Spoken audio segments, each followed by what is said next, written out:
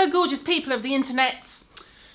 I am going to show you some of my current favourites. Some things are brand new, some things are exclusive to certain stores, and some things aren't new, which doesn't really help.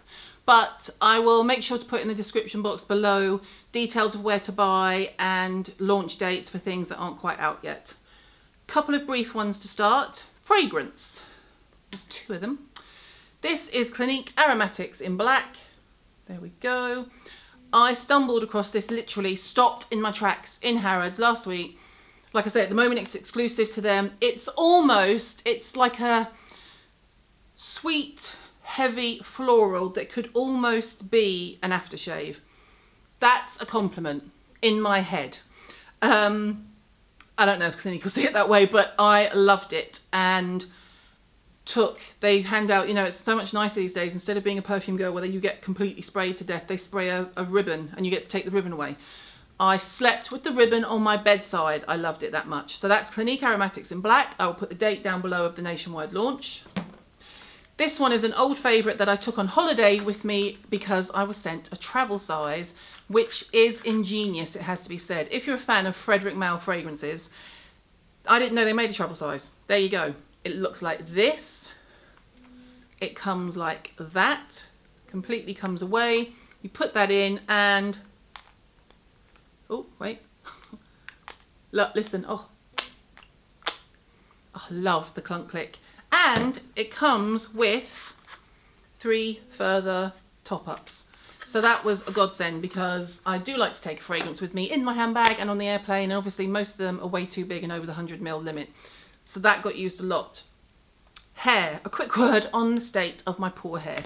Please cut me some slack. It's not too bad today because I've had it blow dried and... Okay. Regular viewers and readers will know we had the car crash in July. It all sucked. It was horrible. I spent about a month in bed. So I would get up, shower, put my hair in a wet ponytail and pretty much chill out for the rest of the day, i.e. be in a lot of pain and lying flat. But I didn't realise at the time I was doing so much damage to my hair. I was putting it in a tight, wet bun.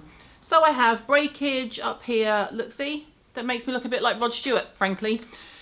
Went to see Josh Wood, who told me in no uncertain terms to get this, which is Philip Kingsley's Elasticizer Extreme. I know it's really hard to see when it's in white, but you'll know what they look like if you know the Elasticizer range. He said to get the Extreme because it is suitable for use on colour treated hair and it's for really damaged, broken hair. In fact, when over-processed porous, that would be me, over-processed and porous.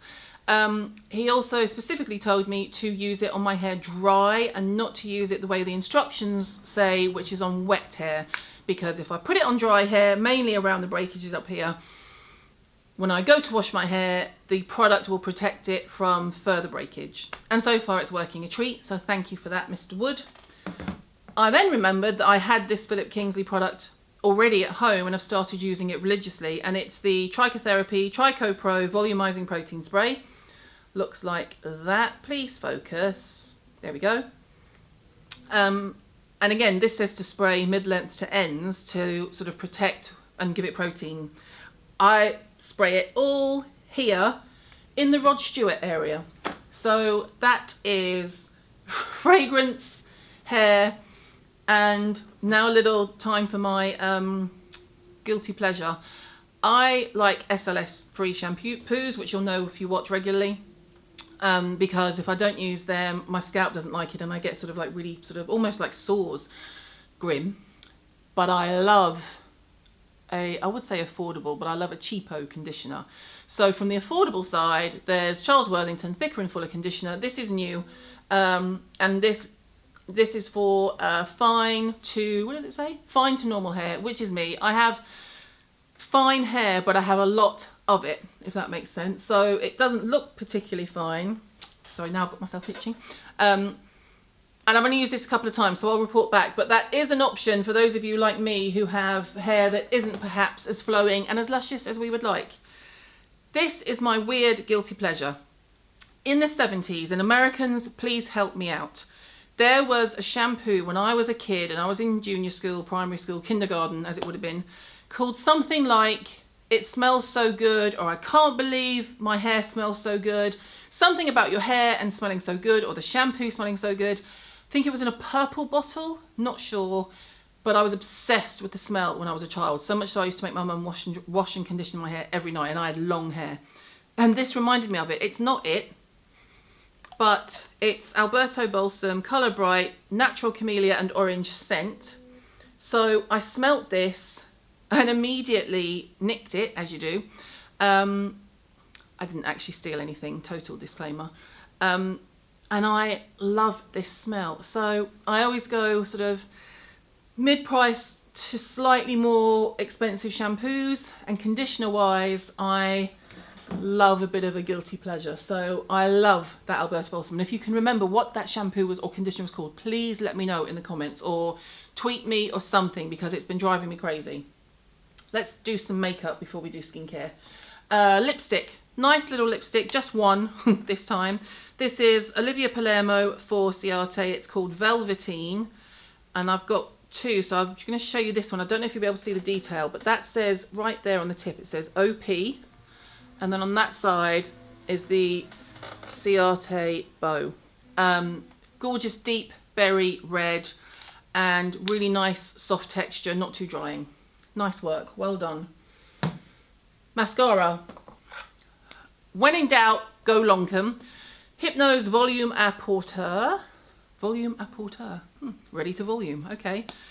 I like it because I like the brush. The brush looks like that. It's kind of like that nice sort of, what is that shape? Like a tulip, maybe? No, tulip would be open. I'm not very good with this description thing, am I? There, you can see for yourself. That's what it looks like. And what I really like about it is that it doesn't drag out half the tube of mascara onto the wand when you first use it. You know, sometimes you pull a mascara out and half of it comes away on the brush and you're like, this is not happening. But this is really good and gives really good definition. I did go over it with, I think I went over it with Estee Lauder's Sumptuous Infinite, the waterproof one, because I've been having to do a bit of waterproof lately just to keep the mascara on my face. But this is a really lovely day-to-day mascara I like. As you may wonder why I'm wearing a shed load of makeup, it is because I filmed a video with Bobbi Brown earlier that you will have already seen, and I'll put a link below. And that was good fun, but we used my Greige palette, which is already out in stores on Bobbi Brown counters. It's the Greige eye palette, and I'm not big on eye makeup, but Hannah from Bobbi Brown is forcing me to get my finger in gear. To be honest, it's mainly just time. I think it's just have so many years of being in a rush with the kids that you just get out of the habit of doing it. When I do use it, I really enjoy doing it and I really like the look, especially when I'm wearing my glasses, which I'm not today, which would have been nice to see the effect.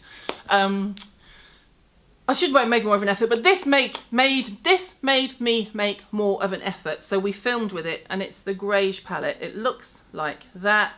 They are really, really lovely wearable colours, and they're a mixture of really subtle sort of browns. I mean, I know it's called Greige, it tells you what you need to know, but check it out. It's probably limited edition, knowing Bobbi, but really nice. Job well done, Bob. Skincare. Okay, there is some new Pixi goodness on the market. I'm sorry I keep looking this way, but everything's over here. It's already launched in the Pixi flagship store. It launches in Marks & Spencer's nationwide later this month in the UK. I think the States you're going to have to wait until after Christmas. But this is, although you can buy Glow Tonic in Target now. I know that because I just told everybody on the blog.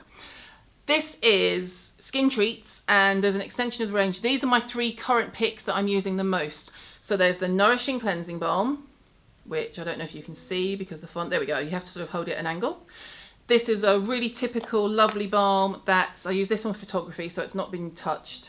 Like a nice sort of typical yellow grease in the best way. Smells slightly scented of rose, not too heavy. Then there are Glow Peel Pads, which are 20% glycolic and rose water advanced exfoliating treatment. I was going to say do you, but take how you want to use this from how you've been using acids before. I use them maybe 3 times a week in the evening. Typical pad, just like that. Slightly rough texture, all over the face, spin it over, go all over the way and all the way back up. Lovely, really quick, really easy, and they're 20, I want to say they're like 20 quid. Again, I'll put the price below, soz. And then this one, which is the Rose Oil Blend, looks like this. Really, really light, lovely textured oil.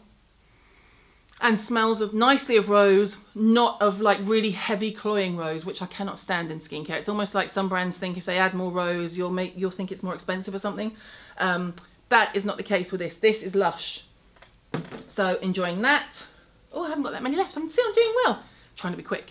Last year, I filmed an ad with these guys for the launch of the Smart Serum. This is Clinique. Oh my God, Clinique Smart Custom Repair Eye Treatment. What is wrong with me? And this is a really nice light eye cream. I can't give you an idea of how good it is on dark circles because I haven't been using it for long enough to tell, but it's lovely on fine lines, dehydration, and sort of giving you immediate oomph. Nice work.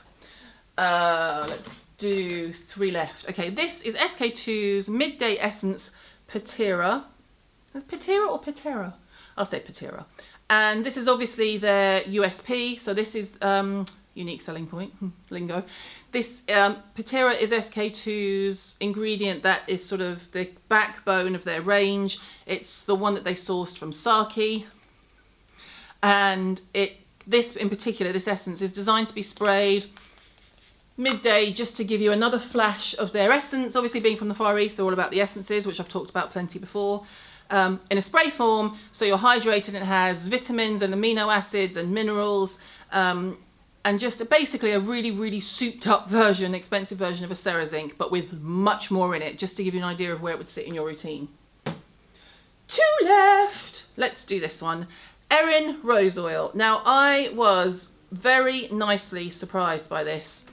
I thought because it was Estee Lauder and it was a rose that it would be the traditional sort of heavy-ish rose. And again, like the aforementioned Pixi, it's not at all. It's really light. It's really moisturizing. It's not heavy. It's not cloying. And it smells amazing. And with an oil, a smell is important because as Sunday Riley sort of gathered when they released Juno, people like it to not... Oils don't smell good. They just don't. The best oils stink. Oils that are great for your face reek. They really, most of them do. Most of them. Coconut doesn't, but that's in the minority. So a lot of brands have to put something in it to stop it reeking. Otherwise, if there's no sensorial pleasure, you're not going to use it. But they did not go over the top with this. It is a nice, subtle scent, really light texture, and was really nicely surprised. So definitely worth you checking out Aerin Rose Oil. I think it's going to be in their permanent essentials collection. But again, I will check and let you know. And then finally, see how quick I am? Where are we at? 13 minutes. See, still, I cannot stop yapping. Right. I have just been a judge for the Stylist Skincare Awards for the 2nd year, which is always good fun. And I found this via that. I hadn't used it before then, but I really like it now and I'm really enjoying it, especially used it over the summer and I haven't put it away, to be honest. It's Hydra Beauty Micro Serum from Chanel. Looks like that. So I've used about that much, not much. It's really, really immediately hydrating. I would describe it as a lighter, quicker penetrating hyaluron, which will make sense to my regulars. If you are, also it has the added scent of the Chanel skincare, which I love. I know some of you don't like fragrance in your skincare. I don't have a problem with it, but the feel on the skin, that was just one quick pump. I don't know if that will focus, but immediately smooth, soft, glowing, gorgeous, nice surprise, only because it's something I hadn't picked up. I wouldn't, you know, I don't not expect Chanel to do skincare. I just hadn't picked this particular one up.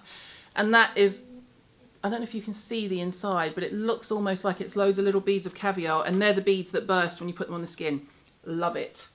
So, am I done? I think I'm done. Yes. Thank you for watching that. Hopefully I'm on a bit of a roll now with the videos, but I say that every time, so I'm not going to jinx myself. I'm just going to say I hope you enjoyed it. Please subscribe if you did. Give it a thumbs up, and I will see you soon.